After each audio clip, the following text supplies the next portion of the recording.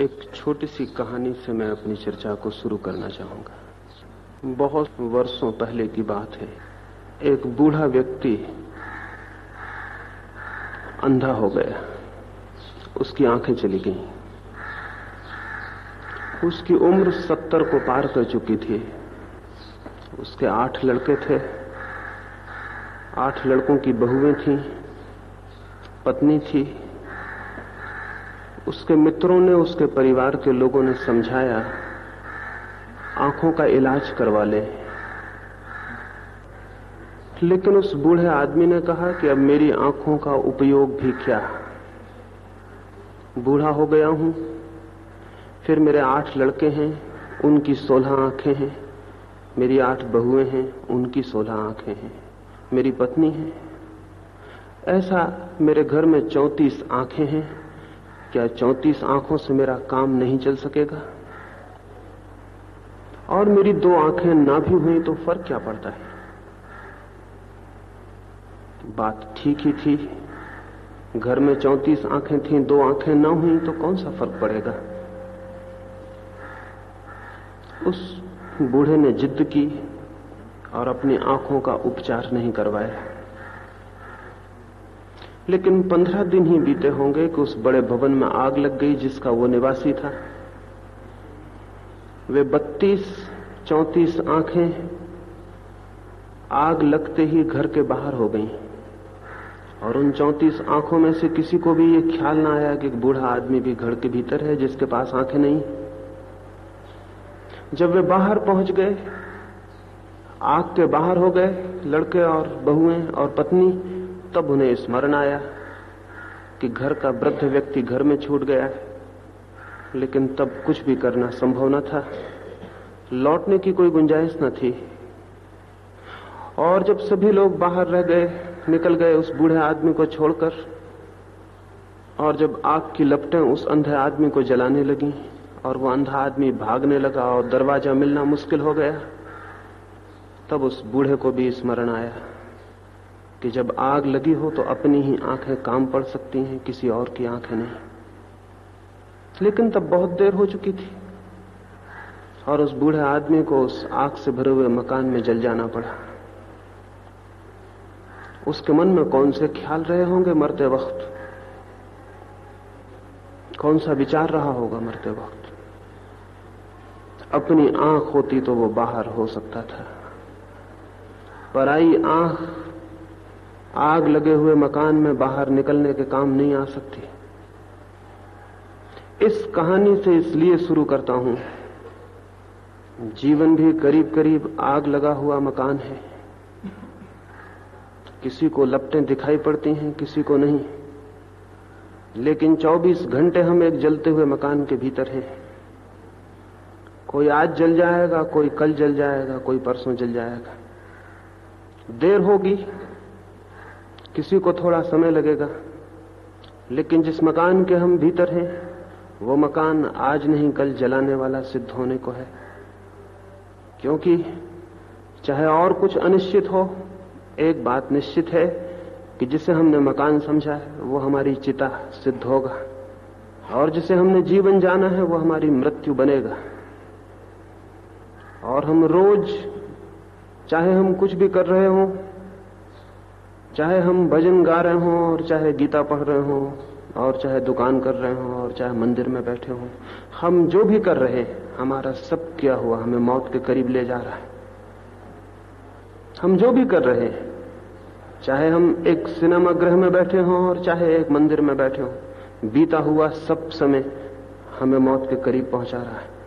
इससे कोई भेद नहीं पड़ता है कि आप क्या कर रहे हैं।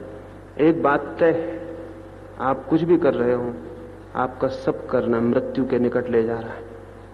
मकान जल रहा है और आज नहीं कल आप उसके साथ जलेंगे। क्या इस जीवन के जलते हुए मकान में किसी दूसरे की आंखें आपके काम आ सकती हैं? चाहे वे आंखें राम की हों, चाहे कृष्ण की, और चाहे मोहम्मद की हों, और चाहे क्राइस्ट की, चाहे महावीर की, वे आंखें अगर आपकी नहीं हैं तो आप स्मरण रखिए, वे आपके काम नहीं आ सकती। किसी दूसरे की आंख किसी दूसरे के काम नहीं आ सकती। ये असंभव है कि किसी दूसरे के काम आ जाए। इससे बड़ी और कोई असंभावना, इससे बड़ी कोई इम्पॉसिबिलिटी नहीं है कि मैं आपकी आंखों से देख लूं, कि आपकी आंखों से चल लूं, लेकिन सत्य की खोज में, जीवन की खोज में हम दूसरों की उधार आंखों से चलना चाहते हैं। हमारा जितना ज्ञान है वो सब उधार, बारोड। हमारी जितनी समझ है वो हमारी नहीं, किसी और की। अज्ञान हमारा है, ज्ञान दूसरों का। दूसरों के ज्ञान से हमारा अज्ञान नहीं मिटेगा। चलना हमें है, आंखें दूसरों की। रास्ता हमारा है, मकान हमारा है जिसमें आग लगी है और हम गिरे हैं। मैं घिरा हूं और आंखें आपकी हैं। जिंदगी का सारा दुख यही है, अज्ञान हमारा है और ज्ञान दूसरों का है। जीवन का सारा कंट्रडिक्शन, जीवन का सारा विरोध यही है। अंधकार हमारा है, प्रकाश दूसरों का है। दूसरों का प्रकाश हमारे अंधकार को मिटाने में असमर्थ है। इसका यह अर्थ नहीं है कि मैं दूसरों के द्वारा दिए गए प्रकाश का अपमान कर रहा हूं, नहीं। मैं तो केवल एक तथ्य की बात यह कह रहा हूं कि दूसरों का प्रकाश केवल दूसरों का प्रकाश है, आपका नहीं। अंधकार आपका है, अज्ञान आपका है। तो इस अज्ञान को, इस अंधकार को मिटाने का एक ही उपाय है कि किसी भांति आपकी अपनी आंख खुल सके और आपका अपना ज्ञान पैदा हो सके। अन्यथा जीवन में तो शायद पता नहीं चलेगा, लेकिन मृत्यु के क्षण में ज्ञात होगा कि कोई ज्ञान काम नहीं आया। जैसे उस बूढ़े आदमी को जब आग लग गई घर में, तब पता चला कि दूसरों की आंखें सहयोगी सिद्ध नहीं हुई। वैसे ही मृत्यु के क्षण में सभी को ज्ञात होता है कि सभी शास्त्र, सभी ज्ञान, वो सब जो सीख लिया था, जो अपना नहीं था, वो काम नहीं पड़ता है। वो कभी काम नहीं पड़ा है। वो हमारे मरने के पहले ही व्यर्थ हो जाता है। वो व्यर्थ था ही। सच ये है कि जीवन की अनुभूतियां जब तक अनुभव न की जाएं, तब तक उस संबंध में हम जो भी जानते हैं वो न जानने से भी बदतर है। अज्ञान बेहतर है दूसरों के ज्ञान से। क्यों? अज्ञान इसलिए बेहतर है कि अगर कोई अपने अज्ञान को ठीक से जाने तो वह अज्ञान ही इतनी पीड़ा से भर देगा कि ज्ञान की खोज पैदा हो जाएगी। अगर कोई अपने अज्ञान से परिचित हो जाए तो वो वैसे ही है जैसे कोई अपनी बीमारी से परिचित हो जाए। जो अपनी बीमारी से परिचित हो जाता है वो स्वास्थ्य की दिशा में खोज शुरू कर देता है। लेकिन जिस आदमी को यही पता ना हो कि वो बीमार है, उसकी स्वास्थ्य की खोज भी प्रारंभ नहीं होती। और जिसने अपनी बीमारी को छिपा लिया हो वो तो आत्मघाती है, क्योंकि छिपी हुई बीमारी धीरे धीरे बढ़ती है और प्राणों तक फैल जाती है। और हम इस भ्रम में होते हैं कि बीमारी नहीं है। दूसरों के ज्ञान से हमारा अज्ञान छिप जाता है, मिटता नहीं। और छिपा हुआ अज्ञान खतरनाक है।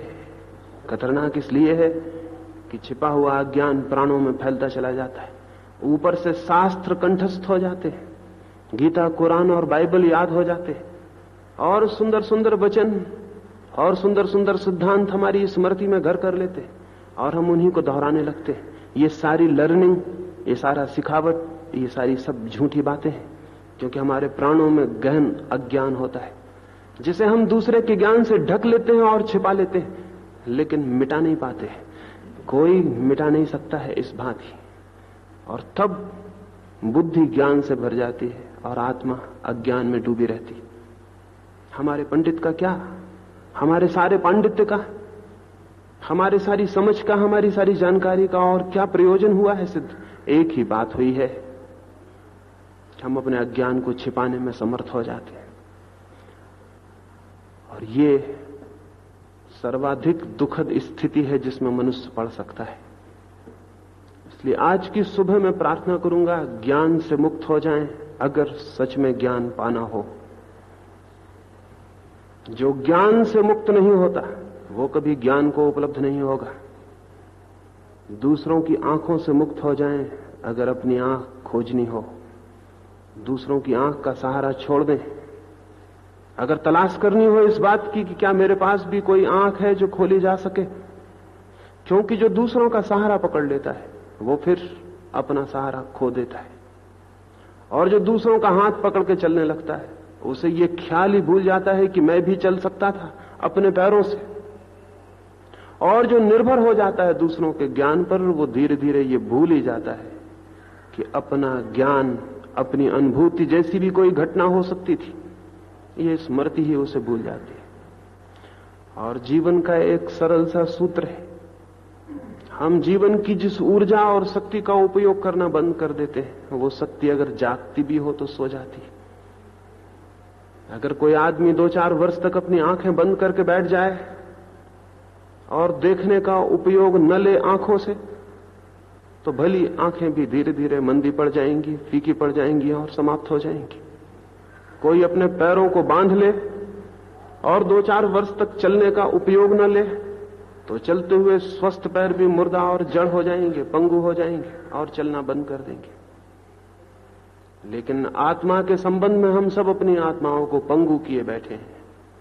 विवेक और विचार के संबंध में हम सब अपनी आंखें बंद किए बैठे हैं। और अगर इसका परिणाम यह हुआ हो कि हमारा विवेक नहीं जागता और हमारी आत्मा में स्फुरना नहीं होती प्रकाश की, तो इसमें कौन कसूरवार है, कौन दोषी है?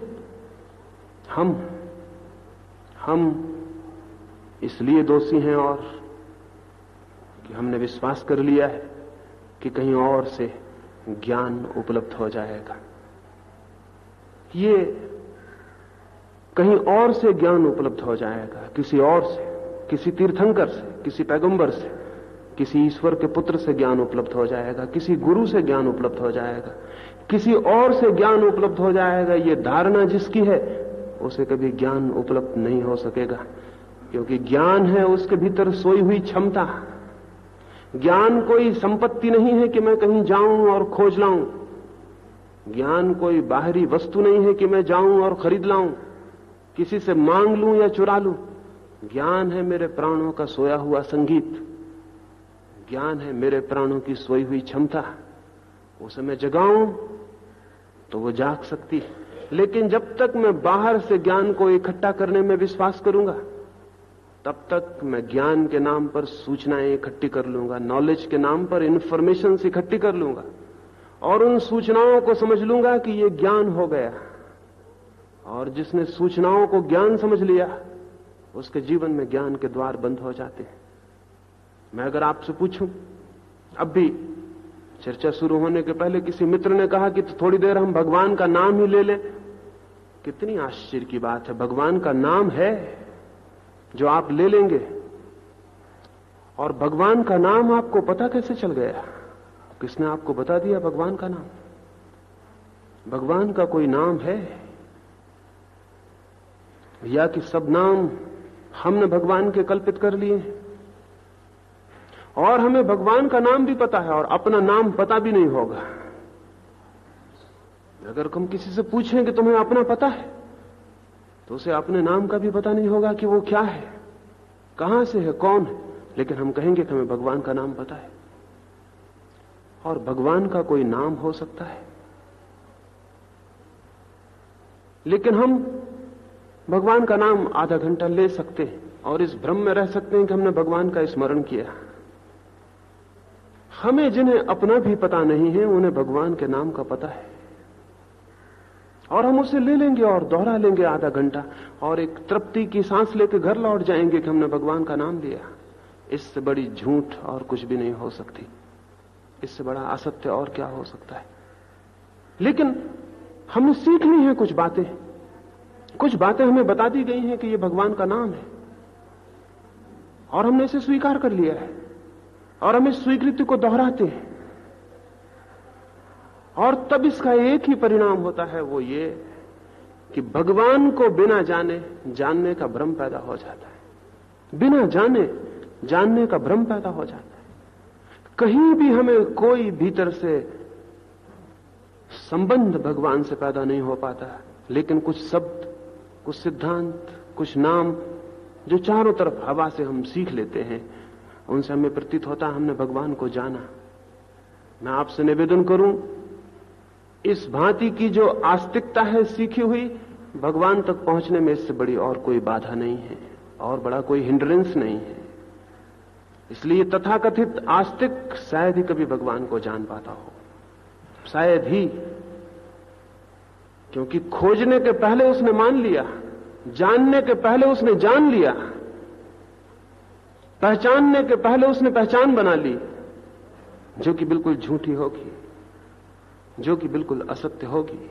और इस पहचान पर उसकी खोज चलेगी, इस पहचान पर उसका सारा ज्ञान निर्मित होगा, सारा जीवन निर्मित होगा। वो सारा जीवन मिथ्या हो जाएगा, झूठा हो जाएगा, क्योंकि उसका प्रारंभ ज्ञान से नहीं हुआ, अज्ञान को छिपाने से हुआ है। क्या यह उचित ना होगा ईश्वर के खोजी को, परमात्मा की तलाश में गए हुए व्यक्ति को, या सत्य के अनुसंधान में लगे हुए मनुष्य को, जीवन के अर्थ को जो खोजने निकला है उसको, क्या सबसे पहले यह उचित ना होगा कि वो ये जान ले कि वो कुछ भी नहीं जानता है? क्या यह प्राथमिक सीढ़ी ना होगी कि वो अपने निपट और गहन अंधकार को और अज्ञान को स्वीकार कर ले? यूनान में किसी ने खबर उड़ा दी थी कि सोक्रेटिस ज्ञानी हो गया है, उसे ज्ञान उपलब्ध हो गया है, उसने परमात्मा को और सत्य को जान लिया, वो महाज्ञानी है।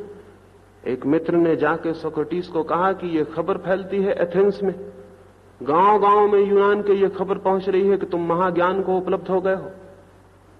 सोक्रेटिस ने कहा कि मित्रों, मालूम होता है कुछ भूल हो गई। जब मैं छोटा सा बच्चा था तो मैं समझता था कि मुझे ज्ञान है, जब मैं जवान हुआ तो मेरे ज्ञान की एक एक ईंट खिसकने लगी, और जब मैं जितना जितना सोचने लगा उतना उतना मुझे पता चला कि मैं तो कुछ जानता नहीं हूं। और अब जब मैं बूढ़ा हो गया हूं तो मैं ये बहुत सरलता से, स्पष्टता से कह सकता हूं कि मैं एकदम अज्ञान में हूं, मैं कुछ भी जानता नहीं हूं। तो जाओ और उनसे कह दो कि वो बात गलत है। सोक्रेटिस तो कहता है कि वो कुछ भी नहीं जानता है। वे लोग गए और जिन लोगों ने ये खबर उड़ा रखी थी कि सोक्रेटिस महाज्ञानी है, उनसे उन्होंने जाके कहा कि सोक्रेटिस तो कहता है कि मैं परम अज्ञानी हूं। तो उन लोगों ने कहा इसीलिए तो हम कहते हैं कि उसे ज्ञान उपलब्ध हो गया है, क्योंकि ज्ञान को उपलब्ध करने की पहली शर्त यही है कि हम अपने अज्ञान को परिपूर्णतया में स्वीकार कर लें और जान लें, उसे छिपाएं ना, उसे ढांके ना, उसे वस्त्रों से ओढ़ के आंखों से ओझल ना करें। ये जो हमारी आस्तिकता है, हमारा ज्ञान है, हमारी जानकारी है, ये सब की सब हमारे अज्ञान को मिटाने में समर्थ नहीं है, सिर्फ ढांकने में समर्थ है। और ढका हुआ अज्ञान खतरनाक है, और उस ढके हुए अज्ञान को और उस अज्ञान से निकली हुई व्याख्याएं और भी खतरनाक हो जाती हैं। रामकृष्ण कहते थे, एक आदमी बचपन का अंधा था, वो अपने एक मित्र के घर मेहमान हुआ। मित्र ने बहुत बहुत मिठाइयां बनाई उसके स्वागत में। उसने किन्हीं मिठाइयों के संबंध में पूछा कि ये कैसे बनी है। मुझे बहुत अच्छी लगी, उस अंधे ने पूछा। तो मित्र ने कहा कि ये दूध से बनी है। उस अंधे ने पूछा कि क्या मैं जानना चाहूं तो जान सकता हूं कि दूध कैसा होता है? क्या मुझे समझाओगे? क्या मुझे थोड़ा ज्ञान दोगे इस संबंध में कि दूध कैसा होता है? अंधे का पूछना तो उचित था, स्वाभाविक था। उसके मन में ख्याल उठा होगा कि जानूं कि दूध कैसा है। ये जिज्ञासा सबके भीतर है कि हम जाने, जानने की जिज्ञासा सबके भीतर है, उसके भीतर भी थी। उसका प्रश्न तो उचित था, लेकिन मित्र ना समझ रहा होगा। मित्र समझाने बैठ गए परिवार के लोग कि दूध कैसा है। तो उस मित्र ने कहा कि दूध बगुला देखा है, बगुले के जैसा सफेद शुभ्र, जैसे बगुले के पंख होते हैं ऐसा सफेद दूध होता है। उस मित्र ने कहा कि दूध की बात तो वहीं रही, अब पहले मुझे ये बताओ, ये बगुला क्या है और कैसा होता है, क्योंकि मैंने तो कभी बगुला देखा नहीं, मैं तो कभी जानता नहीं ये शुभ्र क्या है, सफेद क्या है। मेरा पहला प्रश्न तो अपनी जगह रहा, मुझे दूसरे प्रश्न का पहले उत्तर दो। मित्र ना समझ रहे होंगे, अब भी उनको ख्याल नहीं आया कि वो क्या कर रहे हैं। मित्र की पत्नी ने अपना हाथ ऊपर उठाया और उस अंधे आदमी को कहा, मेरे हाथ पर हाथ फेरो। जैसा मेरा हाथ लंबा है ऐसे ही बगुले की गर्दन होती है, जैसा मेरा हाथ झुका है ऐसा ही उसका सिर झुका होता है। उस अंधे आदमी ने उसकी पत्नी के हाथ पर हाथ फेरा और फेर के वो खुशी से भर गया और उसने कहा कि मैं समझ गया दूध कैसा होता है, मैं समझ गया, मुड़े हुए हाथ की भांति दूध होता है, मैं समझ गया। तब वो मित्र बहुत परेशान हुए। इससे तो बेहतर था कि यह अंधा आदमी जानता कि मैं नहीं जानता हूं कि दूध कैसा होता है। ये इसका जानना तो बहुत खतरनाक हो गया। उसने कहा कि मुड़े हुए हाथ की भांति दूध होता है, मैं समझ गया, मैं बिल्कुल समझ गया। वो उसे रोकने लगे कि तुम ठहरो समझने में, थोड़ा रुको, इतनी जल्दी मत करो। पर उसने कहा कि नहीं, मैं समझ गया, अब और क्या है समझने में। दूध बगुले की भांत होता है, बगुला मुड़े हुए हाथ की भांत होता है। मतलब गणित सीधा है, दूध मुड़े हुए हाथ की भांत होता है। ये जिस अंधे आदमी को जो दूध का ज्ञान हुआ, परमात्मा का सारा हमारा ज्ञान ऐसा ही है, मुड़े हुए हाथ की भांति। हम परमात्मा को नहीं जानते। अंधा आदमी दूध को नहीं जानता। मित्र समझाते हैं कि दूध कैसा होता है, पंडित हमें समझाते हैं कि परमात्मा कैसा होता है। न तो मित्र अंधे आदमी से कहता है कि मैं न समझाऊंगा, समझाना व्यर्थ है, समझाया नहीं जा सकता। आंख हो तो समझा जा सकता है, अन्यथा नहीं समझाया जा सकता। मित्र ये नहीं कहता है, पंडित भी ये नहीं कहता है कि आंख हो तो समझा जा सकता है। मित्र भी समझाता है, पंडित भी समझाता है, और हम समझ लेते हैं। और तब हमारी समझ इस तरह की होती है, हिंदू एक तरह का भगवान बनाता है, मुसलमान दूसरे तरह का भगवान बनाता है, क्रिश्चियन तीसरे तरह का भगवान बनाता है। दुनिया में न मालूम कितने तरह के भगवान पैदा हो जाते हैं, क्योंकि हर एक अंधा आदमी अपने अंधेपन में कोई कल्पना करता है और उस कल्पना को समझ लेता है कि भगवान है। फिर इन कल्पनाओं पर झगड़े होते हैं, फिर इन कल्पनाओं पर हत्याएं होती। 3000 साल से धार्मिक आदमी एक दूसरे की हत्या कर रहे हैं, एक दूसरे का मंदिर तोड़ रहे हैं, किताबें जला रहे हैं, आग लगा रहे हैं। बड़ा पागलपन है। नास्तिकों ने इतना कुछ बुरा नहीं किया दुनिया में आज तक। नास्तिकों के ऊपर कोई बहुत बड़े अपराध नहीं है, न तो मकान में आग लगाने के, न लोगों की हत्या करने के, न स्त्रियों पर बलात्कार करने के, न मंदिर मूर्तियां तोड़ने के, न मस्जिदें जलाने के। नास्तिकों के ऊपर कोई अपराध नहीं है सारी दुनिया में। ये बड़ी हैरानी की बात है, आस्तिकों पर अपराध और नास्तिकों पर अपराध नहीं है। जरूर कुछ गड़बड़ हो गई है, जरूर कुछ गड़बड़ हो गई है। ये आस्तिक के साथ कुछ गड़बड़ है, और वो गड़बड़ ये है कि इसकी आस्तिकता झूठी है, बंद आंखों की आस्तिकता है। इसने कुछ धारणाएं बना ली हैं और उन धारणाओं के इर्द गिर्द जीता है। दूसरों ने दूसरी बना ली है और अंधों की धारणाएं आपस में लड़ती हैं और कठिनाई खड़ी हो गई है। अन्यथा आंख खुली आस्तिकता का एक ही धर्म हो सकता है, 10 धर्म नहीं हो सकते। और आंख खुले मनुष्य का एक ही परमात्मा हो सकता है, 10 परमात्मा नहीं हो सकते। लेकिन हमारी जो ये स्थिति है, हमारे जो मंदिर और मस्जिद हैं, हमारा ये जो सारा का सारा दुनिया में आस्तिकों का उपद्रव है, ये कैसे खड़ा हो गया है? ये खड़ा हो गया है इस बात से कि ये ज्ञान, ये परमात्मा का बोध हमारे प्राणों से नहीं उपजा है, ये हमने सूचनाओं की तरह स्वीकार कर लिया है। और तब धर्म के अड्डे ही अधर्म के अड्डे हो जाएं तो आश्चर्य नहीं है। और तब सारी दुनिया में धर्म के प्रति विरोध पैदा हो और धर्म के प्रति अपमान पैदा हो, अनादर पैदा हो, अनास्था पैदा हो, तो भी कोई आश्चर्य नहीं है।